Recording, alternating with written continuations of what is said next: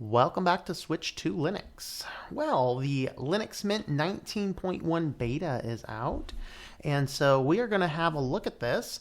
And of course, Linux Mint is my favorite distro, and we're going to see what is good, what is not so good. And first, let's go ahead and jump into the release article from OMG Ubuntu, which is going to also contain the download link.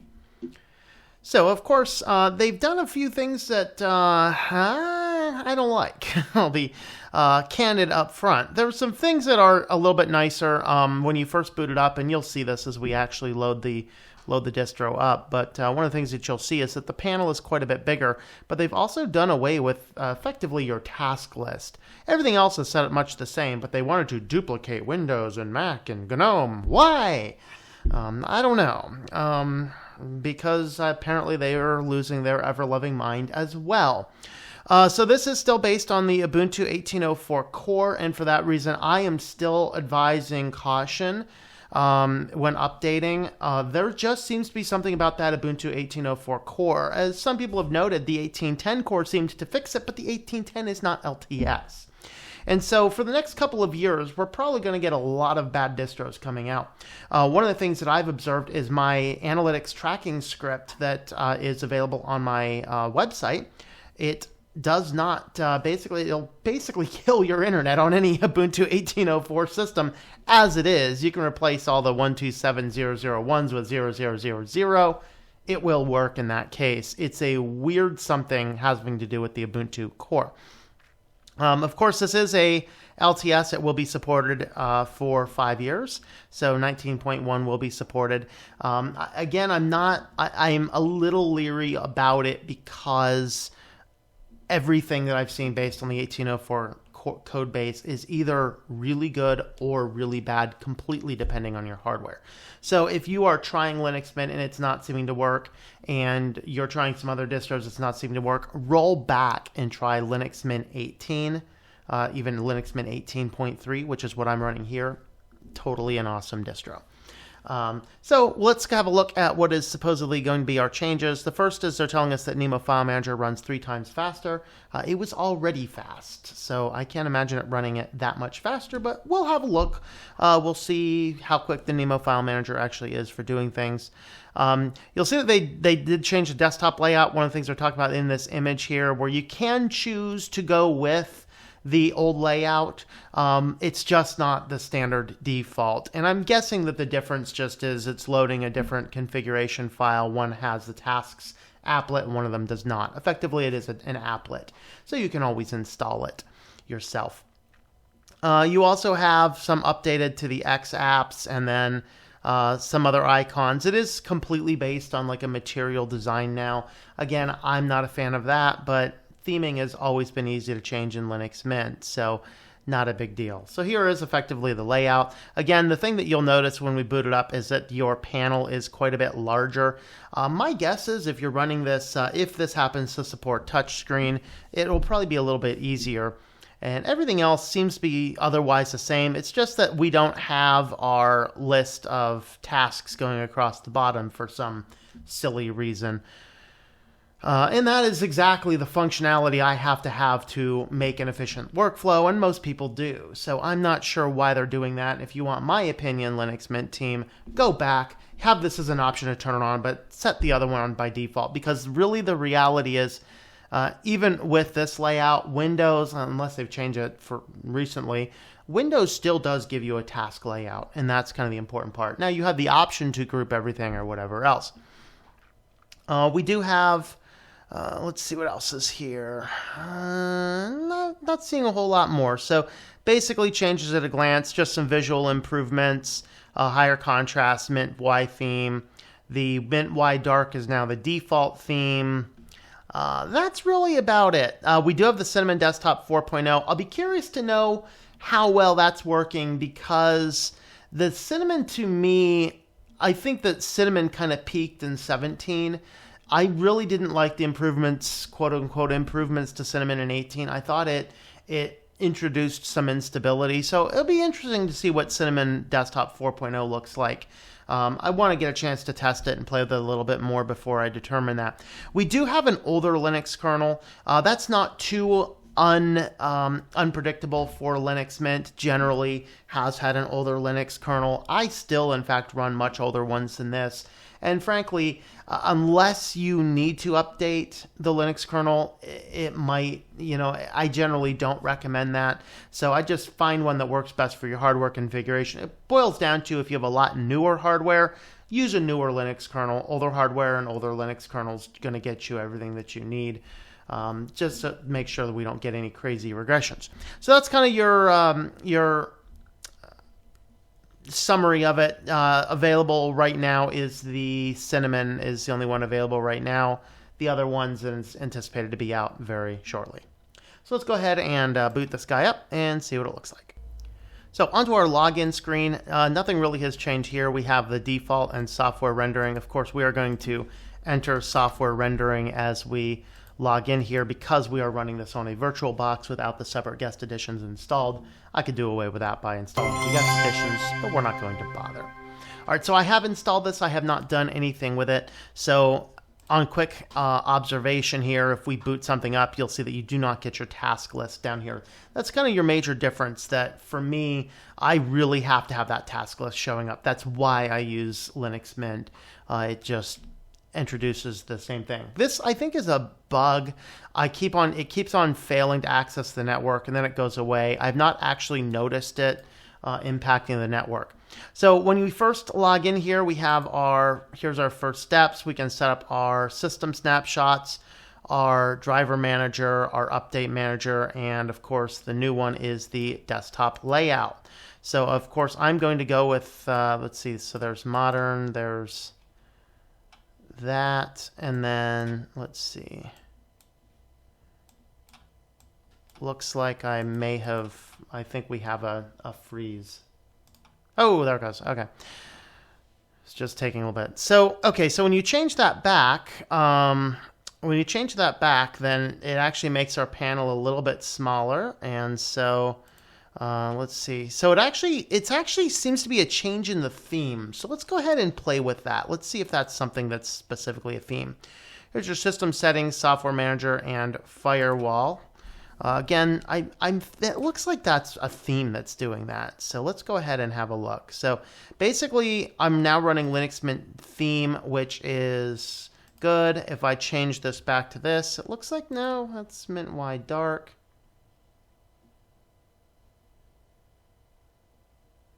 So we do have a few other color options. So if you did want to do some different color options, you have that. And just notice that I do keep on getting those up there. Okay, here's Cinnamon, Linux Mint. We want to see if there's an easy way to move back to that in the settings, or if I have to reload the startup screen to change that. So if I wanted to, on the fly, change my desktop back,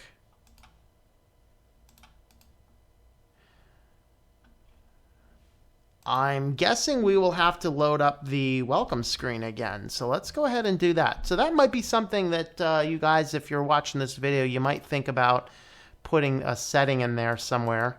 So if I want to go back over here, again, just give it a second and it'll go back. So now we have this view here, and so go change the theme to that. So I can still choose my older themes as well if I wanted to. I think the wide dark theme, this is your kind of our default.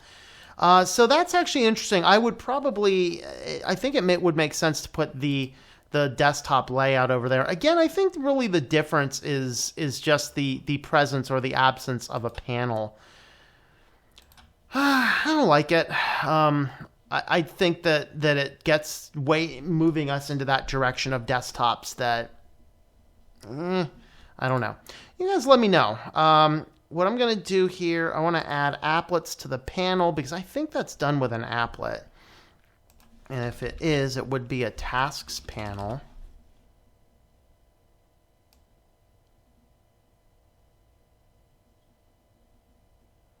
There's launchers.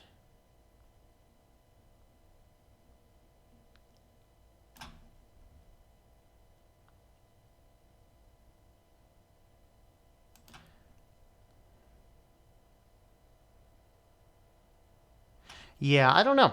I'm not sure. I'll have to look into that a little bit more to see if that's something that we can turn on or off other than using the Mint welcome screen. But the good news is you still have the option to go back to that. That to me, though, that is...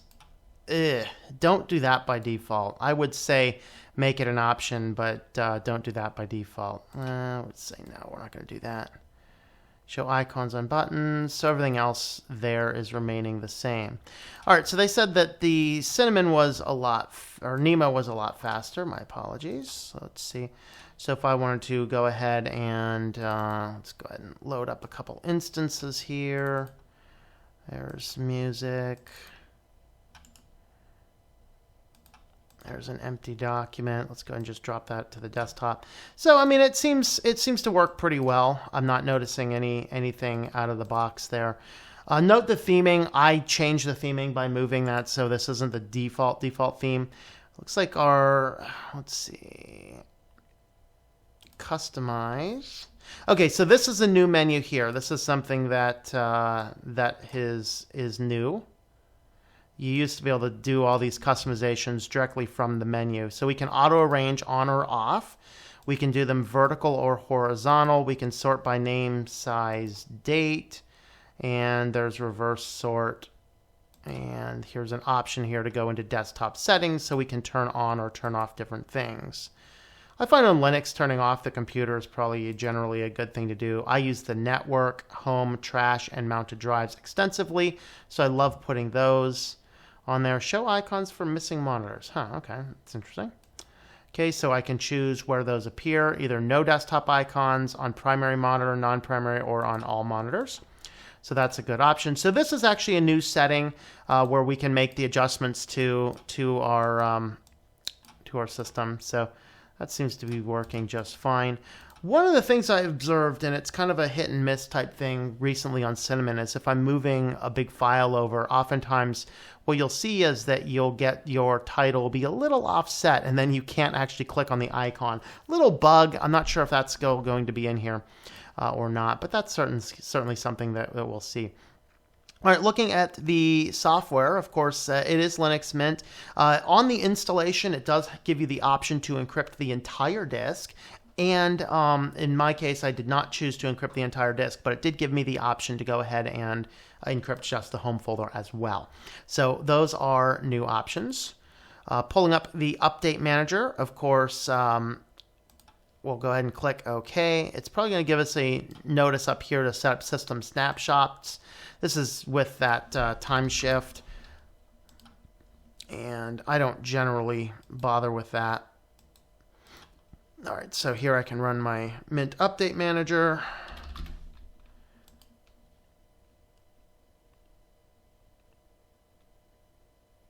And so let's see if there's anything that it wants to install here.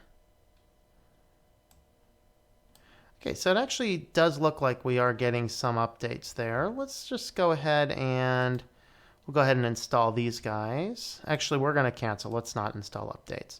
So here you can go. You can set the various level of updates inside of here under your select menu, and then you can come down here to pull up the kernel manager. I think. Did I pull up the kernel manager?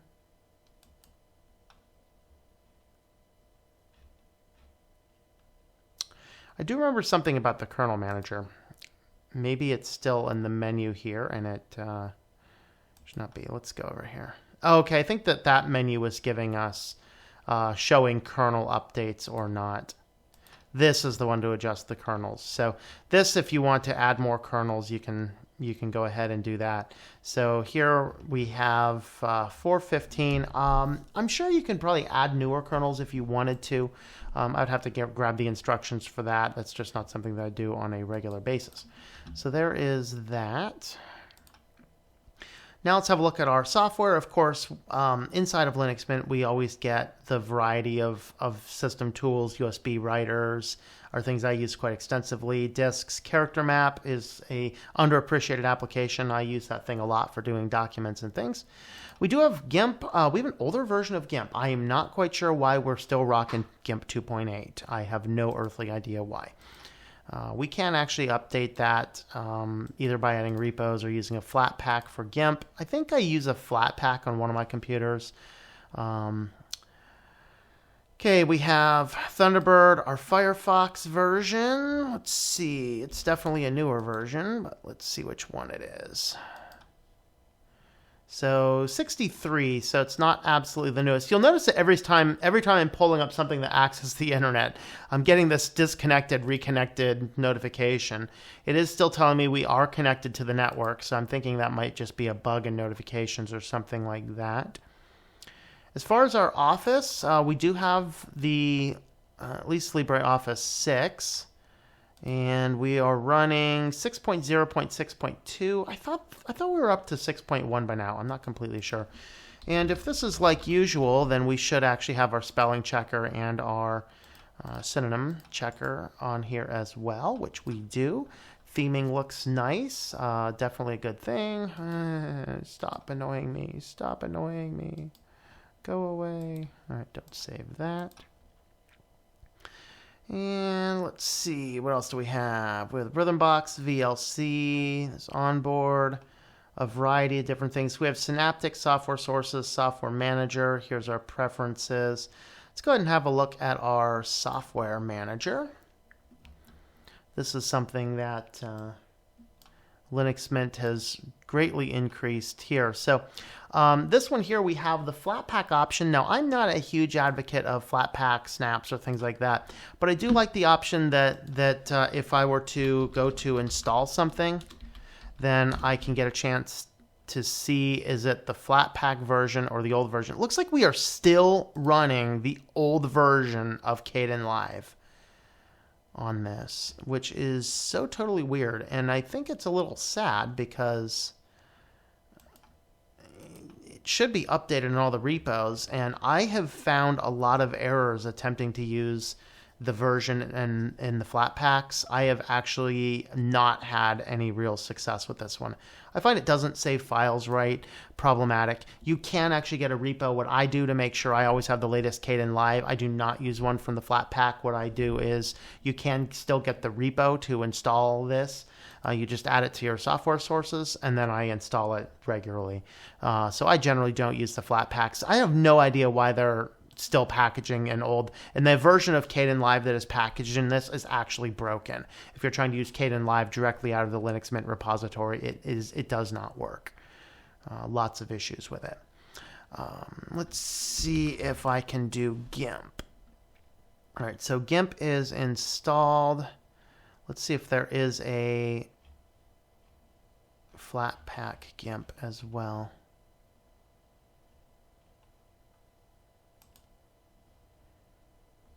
This is the one from the Flatpak, which is the latest one.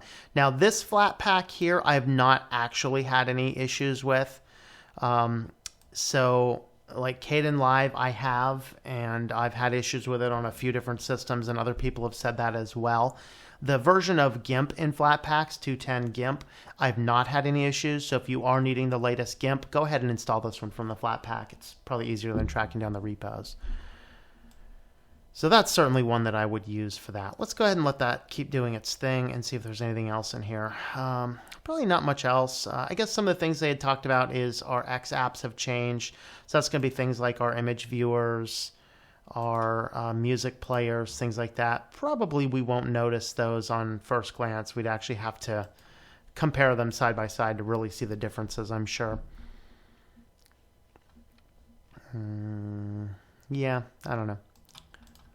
But that's that. Go ahead and let this finish installing GIMP and see if there's anything there. Of course, if you are new to this, while I do like this layout, is in my opinion a lot better. I've always hated these Linux Mint fonts, so let's go ahead and do something different about those.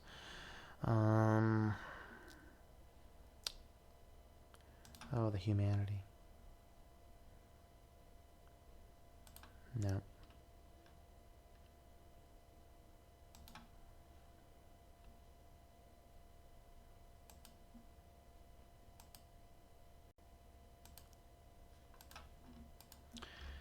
You should be changing on my panel as well, but I'm not seeing those change. We can actually add more icons in here as well. We'll not worry about that. What I'm looking for, there it goes. Okay, now it updated. Yeah, I really hate those. I really hate those old Linux Mint fonts. I do like the new ones. They're not, the newer fonts are They're kind of flat material design. Never been my favorite type of fonts, but I like them a whole lot better than I like the older ones. So this system setup here is much nicer. So you can adjust all of your theming items over here, so you can choose various layouts and things like that.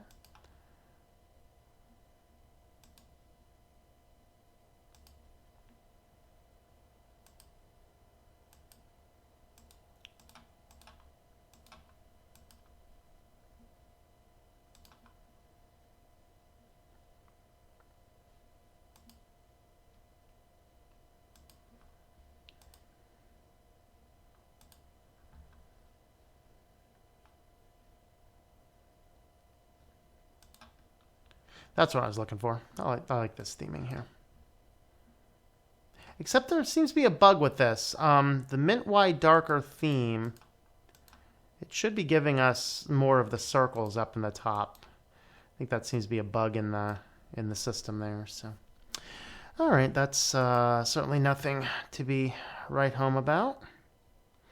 All right, so as based on just, oh, there it goes. Hey, there it went. That's what it's supposed to look like. So it was just waiting for that. So now here's your downside, or maybe your upside, whichever you think. Now we'll actually have two GIMPs in here because one of these is installed in Flatpak and one of these is installed from the repo. So in this case, I knew which one was which because it was the bold one. So now this is the newer version of GIMP, which I am totally surprised is not installed by default. It might be because they have not curated the newer version in the repos, and I think it's because Ubuntu did not curate the more recent ones in the repos, and so rather than installing Flatpaks out of the box, they're giving you the option to install them.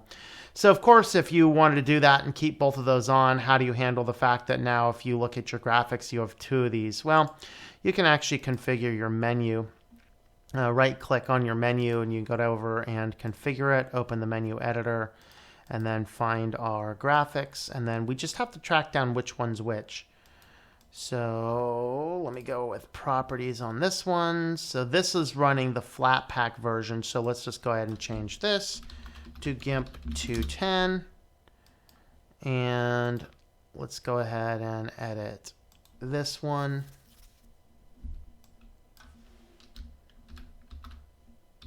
GIMP 2.8. You're supposed to be changing your title there, buddy.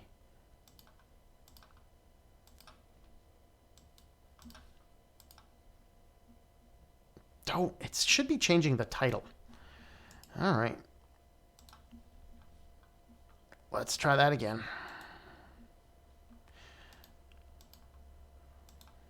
There it goes. Okay. Just taking a bit. We might have to log out and log back in to see them over here. In fact, let's go ahead and do that. Let's go ahead and log out and log back in, and then we should be able to see the changes there. I am noticing that it is as fast and as snappy as it usually is, so I like that. That's good. Pull this up. Graphics, there we are. GIMP 210, GIMP 2.8. So that was indeed what we had to do. The other thing I like to do, I like the new icons in here. I don't have those on mine. We can change our desktop background. So we have a few different Linux Mint wallpapers, kind of old classic ones. Some of these have been around for a while. In fact, that one might be new. I don't remember seeing it. Here's Terra, and Tessa gives us the latest one. So this is codenamed Tessa. Here's our moon phases. So, very nice desktop backgrounds. Mint has always had beautiful desktop backgrounds packaged with it.